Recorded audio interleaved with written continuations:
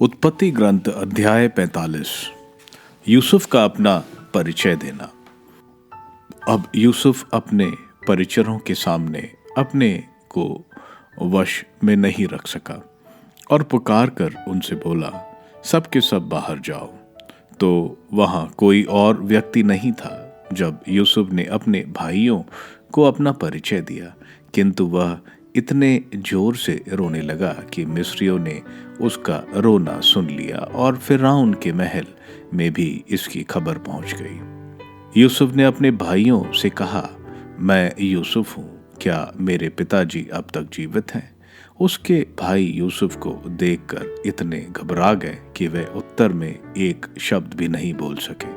यूसुफ ने अपने भाइयों से कहा, मेरे और निकट आ जाओ, और वे उसके पास आए। उसने कहा, मैं तुम्हारा भाई यूसुफ हूं, जिसे तुमने मिस्र में बेच दिया था। अब तुम इसलिए न शोक करो और न अपने को धिक्कारो कि तुमने मुझे यहाँ बेच दिया, क्योंकि ईश्वर ने तुम्हारे प्राण बचाने के लिए मुझे तुमसे पहले यहाँ भेजा। इस देश में 2 वर्ष से अकाल पड़ रहा है और अभी 5 वर्ष शेष है, जिनमें न हल जोता जाएगा और न फसल काटी जा सकेगी।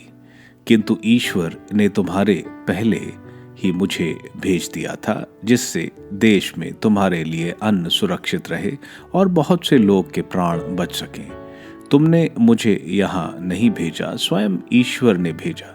उसने मुझे फिरौन का पिता, उनके समस्त घर का स्वामी और सारे मिस्र देश का शासक बना दिया। मेरे पिता के पास शीघ्र ही जाकर उनसे कहो कि आपके पुत्र यूसुफ ने यह कहला भेजा है कि ईश्वर ने मुझे सारे मिस्र का शासक बनाया है। मेरे पास तुरंत आइए, आप गोशन प्रदेश में बस जाइए और इस तरह मेरे निकट रहेंगे। आप, आपके पुत्र, आपके पोते, आपके भेड़ बकरियां, आपकी गायें और आपका सब कुछ, मैं वहां आपकी जीविका का प्रबंध कर दूंगा, जिससे अकाल के आगामी 5 वर्षों में न आपको, न आपके परिवार और न आपके साथ रहने वालों को किसी बात की कमी हो। तुम लोग और मेरी बेन्यामीन अपनी आंखों से देख रहे हो कि मैं यूसुफ हूं, जो तुमसे बोल रहा है। मिस्र में मेरा सम्मान और तुमने जो कुछ देखा, इसके विषय में मेरे पिता को बताओ और मेरे पिता को शीघ्र ले आओ। फिर वह अपने भाई बेन्यामीन को गले लगाकर रोया और बेन्यामीन भी उसकी छाती से लिपट कर रोया। इसके बाद उसने अपने सब भाइयों का चुंबन लिया और रोते हुए उनको गले लगाया। तब उसके भाई उससे बातें करने लगे। फिरौन का आमंत्रण। फिरौन के महल में भी यह खबर पहुंच गई कि यूसुफ के भाई आए हैं। इससे फिरौन और उसके दरबारियों को प्रसन्नता हुई।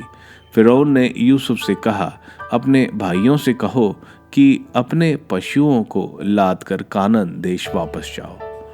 अपने पिता और अपने परिवार के लोगों को मेरे यहाँ ले आओ।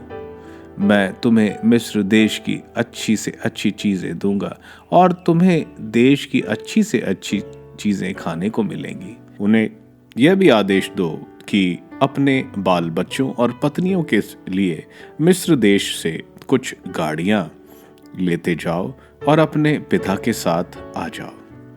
अपने यहाँ की जायदाद की कोई विशेष चिंता मत करना, क्योंकि मिस्र देश की सभी अच्छी से अच्छी चीजें तुम्हारी ही हैं।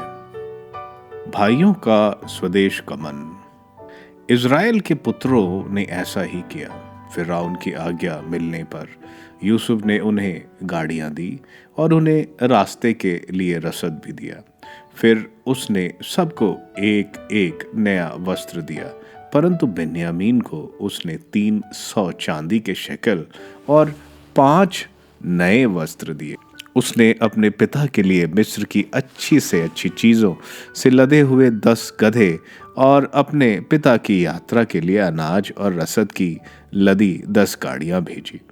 इसके बाद उसने अपने भाइयों को विदा किया। जब वे जाने लगे तो उसने उन्हें चेतावनी दी कि वे यात्रा में झगड़ा नहीं करें। वे मिस्र से चलकर अपने पिता याकूब के पास कानान देश आए। उन्होंने उससे कहा, यूसुफ अब तक जीवित है, वह सारे मिस्र का शासक है। यह सुनते ही वह सुन्न रह गया और उसे उन पर विश्वास नहीं हुआ। लेकिन जब उसने उससे यूसुफ की सारी बातें कहीं और जब उसने यूसुफ के द्वारा उसे ले जाने के लिए भेजी हुई गाड़ियां देखी, तब उनके पिता को ऐसा लगा जैसे उसे फिर से प्राण मिल गए हों। इज़राइल बोल उठा, बस अब विश्वास है कि मेरा पुत्र यूसुफ अब तक जीवित है। मैं जाकर उसे अपने मरने से पहले देखूंगा।